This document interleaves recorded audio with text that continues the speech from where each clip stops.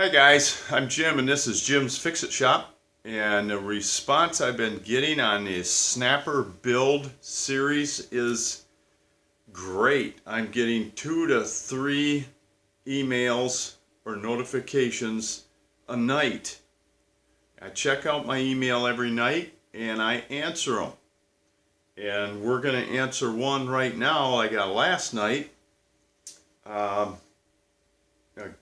Let's just say his name is Bill. Didn't ask if I could use his name, but he is from Montana, and he's got a 28-inch snapper with a blown Briggs and Stratton. I believe it was an 8-horse.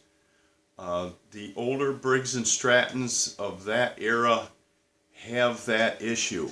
The bolts come loose in the connecting rod, and one works all the way out, and then it snaps the rod cap off. I've tore apart probably 5 of these, and every one was the same way.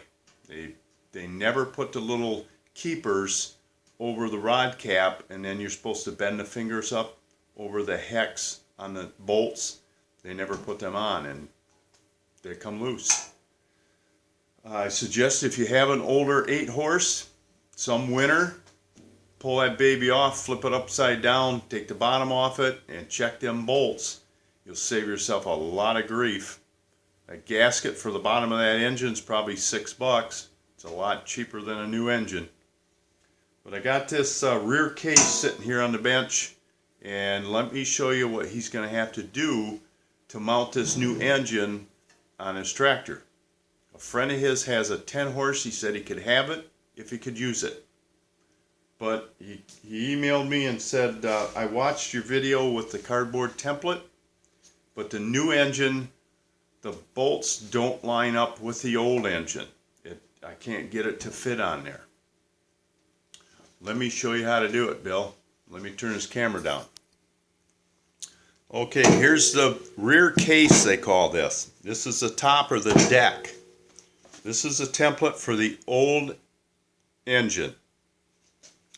What I did to help draw these patterns better, I took a piece of plywood, 1/2-inch plywood, and I drilled this 1-inch hole in it. I punched this 1-inch hole out of the cardboard. I flipped the old engine upside down, slid this cardboard on, slid the piece of plywood on to hold it more solid. I drew the bolt pattern.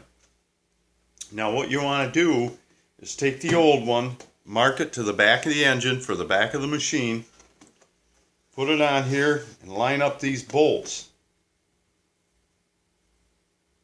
Now you want to tape this. You do not want this to move. This is very important. I've done this on walk behind lawnmowers, and I've done it on riders. Get this template taped down.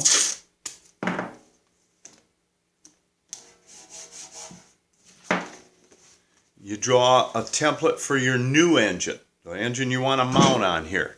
Do the same thing. Punch out this 1-inch hole, put it on your engine, put the plywood on, mark the holes, punch them out. Now, you want to line up your crank. That's the important part. You want the center of the crank to be in line with the old engine. That way your drive disc is going to be hitting your clutch disc the way it's supposed to. Otherwise, if you just drop this thing on here, it may not even run. So you want to line up this. You can tape this down again. Punch these holes with a center punch. Nice sharp one. Hit it hard so you can follow it. Take your templates off. Drill the holes.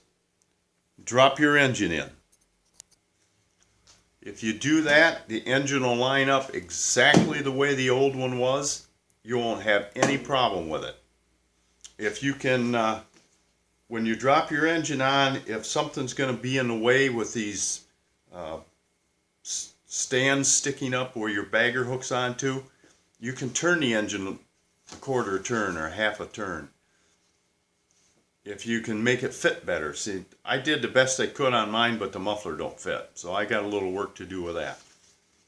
But that's how you can line them up. so your crank is in the right position.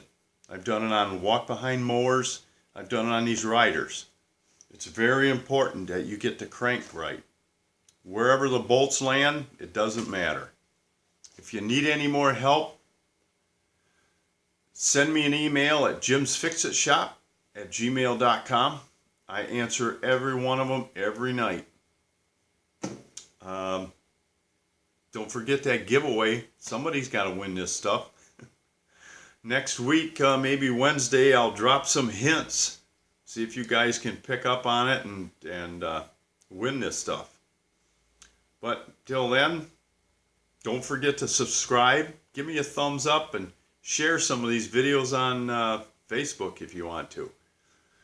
Spread the word out there, and maybe I can get a few more subscribers. But like I said, if you need any help, just email me or put a note on the bottom of the video, and I'll get notification of that, hopefully, and I'll answer you. So work safe, have fun. We'll talk to you soon.